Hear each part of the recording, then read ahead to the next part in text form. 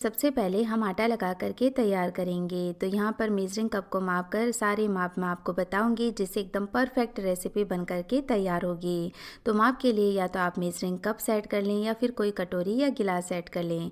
यहाँ इस कप को माप कर मैं ले रही हूँ 1/3 कप तेल। तो और तेल जितना मैंने लिया है उतना ही मैं पानी लेने वाली हूँ। और अब तेल और पानी को एक साथ ही हम थोड़ी देर के लिए मिक्स करेंगे। ऐसा करने से एक बहुत ही क्रीमी टेक्सचर तैयार होगा। तो इससे हमें ये फ़ायदा होगा कि जैसे कई बार हम आटे के अंदर मोइन डालते हैं, लेकिन फिर भी हम समोसा या कचौरी बनाते हैं तो उनके ऊपर फ्राई होते समय बबल्स आ जाते हैं। तो यदि पहले ही हम इस तरह से मिक्सचर तैयार करके फिर इसमें मैदा या आटा ऐड करेंगे तो ऐसा नहीं होगा।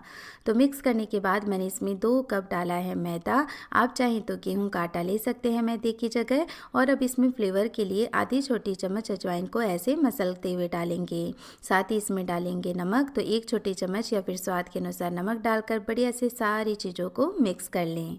अब सारी चीज़ों को मैदे के अंदर बढ़िया से मैंने मिक्स कर लिया है। तो आप देख सकते हैं कि मैदे में बहुत ही अच्छा मॉइस्चर आ गया है। तो अब जो आप आटा लगाने के लिए पानी डालें वो थोड़ा थोड़ा करके ही डालें, क्योंकि इसमें ज़्यादा पानी नहीं जाएगा। और ये भी ध्यान रखना है कि आटा सख्त लगा करके ही तैयार करना है। यदि आटा सॉफ्ट लगा कर तैयार किया तो जब हम समोसा में स्टफिंग भरेंगे तो बहुत ही परेशानी आएगी, इसलिए सख्त आटा लगा करके तैयार करना है। तो यहाँ पर मैंने आटा लगा लिया है और आप देख सकते हैं कि कितना टाइट आटा लगा करके मैंने तैयार किया है। तो अब हम क्या करेंगे, आटे को 10 से 12 मिनट का रेस्ट देंगे ताकि ये बढ़िया से सेट हो जाए। तब तक हम स्टफिंग बना करके तैयार कर लेंगे। तो स्टफिंग बनाने के लिए मैं एक खास मसाला तैयार करने वाली हूँ जो इस समोसा की स्टफिंग को बहुत ही टेस्टी बनाएगा। तो इसके लिए मैं एक पैन के अंदर ले रही हूँ 1 चम्मच साबुत धनिया और साथ ही हम ले लेंगे 1 चम्मच साबुत सौंफ, आधा चम्मच लेंगे इसके अंदर साबुत काली मिर्च। और अब इन्हें लो फ्लेम पर कुछ सेकंड के लिए भून लेंगे। तो यहाँ पर 10 सेकंड के लिए मैंने इन खड़े मसालों को रोस्ट कर लिया है। और अब हम इसके अंदर डालेंगे आधी चम्मच जीरा। जीरा पकने में समय कम लेता है, इसलिए मैंने थोड़ी देर बाद में ऐड किया है। और साथ ही 1 चम्मच इसमें सफ़ेद तिल भी ऐड करेंगे और फिर से इन्हें 20 से 30 सेकंड लो फ्लेम पर रोस्ट कर लेंगे। इस तरह से जो हम साबुत मसाले ताज़ा ही रोस्ट करके इस स्टफिंग में ऐड करेंगे, उससे स्टफिंग का टेस्ट बहुत ही बढ़िया आएगा। तो अब इन खड़े मसालों को ग्राइंडर जार में ट्रांसफ़र कर लेंगे और साथ ही हम इसमें डालेंगे 1 बड़ी कटोरी आलू भुजिया। वैसे तो आप कोई भी नमकीन ले सकते हैं, लेकिन इस स्टफिंग में आलू भुजिया का टेस्ट सबसे ज़्यादा अच्छा लगेगा। और अब साथ ही मैं इसमें डालूंगी 1 चम्मच चीनी। तो ये भी इन्हीं के साथ हम पीस लेंगे। तो सारी चीज़ों को मैंने कर लिया है बढ़िया से ग्राइंड। और देखिए कितनी बढ़िया स्टफिंग तैयार हो गई है। अभी हम इसमें कुछ चीज़ें और ऐड करेंगे जिससे स्टफिंग खाने में और भी ज़्यादा टेस्टी लगेगी।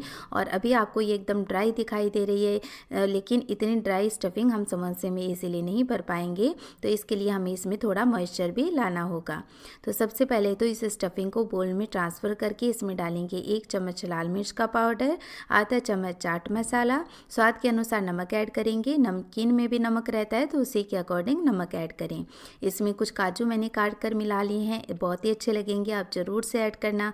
और साथ ही किशमिश भी डाल दी है इस तरह से काट करके। और अब इसमें मॉइस्चर के लिए साथ ही इस स्टफिंग के टेस्ट को और भी बढ़ाने के लिए इसमें 2 से 3 चम्मच इमली की चटनी ज़रूर से ऐड करें। इससे स्टफिंग का टेस्ट तो बढ़ेगा ही बढ़ेगा, साथ के साथ ये इसमें मॉइस्चर लाएगी जिससे हमें समोसा भरने में भी परेशानी नहीं आएगी। और यदि आप इमली की चटनी नहीं लेते हैं तो इसकी जगह फिर आप टोमेटो केचप का इस्तेमाल करें। तो ये हमारी बहुत ही मज़ेदार चटपटी स्टफिंग बन कर के तैयार है। तो चलिए अब हम आटे को भी चेक कर लेते हैं। तो यहाँ पर आटा भी रेस्ट ले चुका है। एक बार फिर से आटे को थोड़ा सा गूंद लेते हैं। तो यहाँ पर आटे को गूंदने के बाद इसमें से एक छोटी सी हम लोई तोड़ेंगे। जैसे रोटी बनाने के लिए जितनी हम लोई लेते हैं ना, बस उसी साइज की आप लोई तोड़ लें।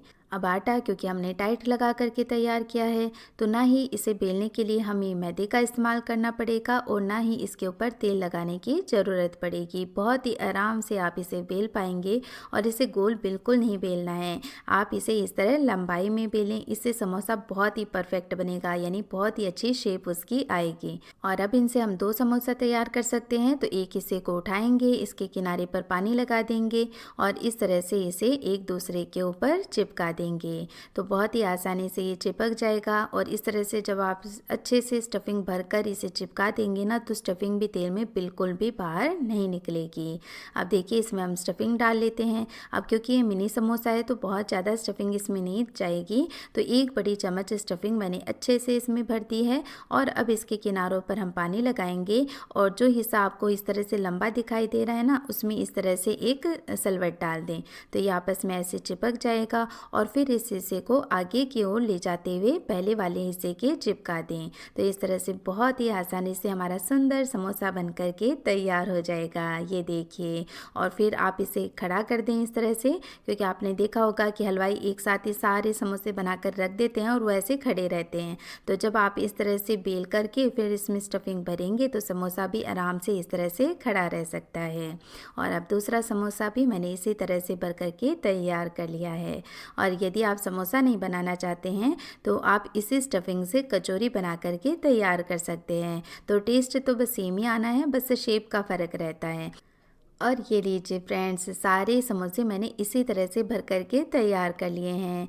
और जैसे जैसे आप इन समोसों को भरें एक बर्तन में रखते जाएं इस तरह से खड़े करके, और साथ के साथ इन्हें कपड़े से भी ढकते रहें ताकि ये ड्राई ना हो। इस तरह से हमारे क्यूट मिनी समोसा बन करके तैयार है। तो चलिए अब इन्हें फ्राई करने के लिए कढ़ाई के अंदर मैंने तेल भी गर्म होने के लिए चढ़ा दिया था। तो एक टूथपिक से तेल का टेम्परेचर चेक कर लेंगे। तो इन्हें ज़्यादा गर्म तेल में बिल्कुल भी फ्राई नहीं करना है, हल्के गरम तेल में ही फ्राई करना है।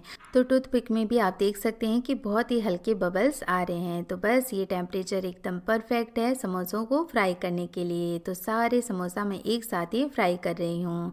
तो ये मैंने बड़ी कढ़ाई ले ली है तो इससे ये सारे समोसे एक साथ ही इसमें आ जाएंगे। तो ऐसा करने से हमारा काफ़ी समय बच जाएगा। और जैसे ही आप समोसा इसके अंदर ऐड करें थोड़ी देर के लिए बिल्कुल नहीं चलाएं। कुछ ही देर में आप देखेंगे कि सारे समोसा तेल के ऊपर तैरने लगे हैं। तो बढ़िया खस्ता समोसा की यही निशानी है कि आप इन्हें जैसे ही तेल के अंदर फ्राई करने लगेंगे ये तेल के ऊपर ऐसे तैरने लगेंगे। बहुत ही हल्के हो जाते हैं ये इस तरह से। और जब ये ऐसे ऊपर आ जाएं यानी अपनी शेप होल्ड कर लें तो आप इन्हें ऐसे चम्मच से थोड़ा सा डीप कर दें जो समोसा आपको ऊपर दिखाई दे रहा हो। अभी ये पूरी तरह से नहीं पका है तो बहुत ज़्यादा इसे नहीं चलाएंगे। फिर जब एक सा इनका कलर आ जाएगा यानी ये अपनी शेप होल्ड कर लेगा तब तो आप इन्हें कैसे भी चलाएं, ना ही ये टूटेंगे और ना ही इनकी स्टफिंग बाहर आएगी। फिर एक झाड़ी की सहायता से अलटते पलटते हुए बढ़िया से हम समोसों को फ्राई कर लेंगे। तो देखिए कितने बढ़िया समोसा बन करके तैयार हुए हैं। तो समोसा को हमें तब तक फ्राई करना है जब तक इनका कलर लाइट रेड ना हो जाए। तो फिर बाद में हम इन्हें निकालेंगे क्योंकि ये काफ़ी गर्म है और थोड़ी देर ये अपनी हीट में और भी पकेंगे। तो इस तरह से हमारे बहुत ही क्यूट और सुंदर समोसे बन कर के तैयार हो जाते हैं। और आप देख ही सकते हैं इन समोसा के ऊपर बिल्कुल भी बबल्स नहीं आए हैं। और देखा ना आपने इनका खस्तापन, बहुत ही मज़े के लगते हैं। और जब आप इन्हें खाएंगे तो यकीन मानिए फ्रेंड्स, ना ही आपको इनके साथ चाय की ज़रूरत पड़ेगी ना ही चटनी की। तो आप भी ये समोसे बनाएं और यदि रेसिपी पसंद आए तो प्लीज़ वीडियो को लाइक करें, ज़्यादा से ज़्यादा शेयर करें। मैं फिर से मिलूंगी आपको एक ऐसी ही और नई रेसिपी के साथ। तब तक के लिए टेक केयर, बाय बाय।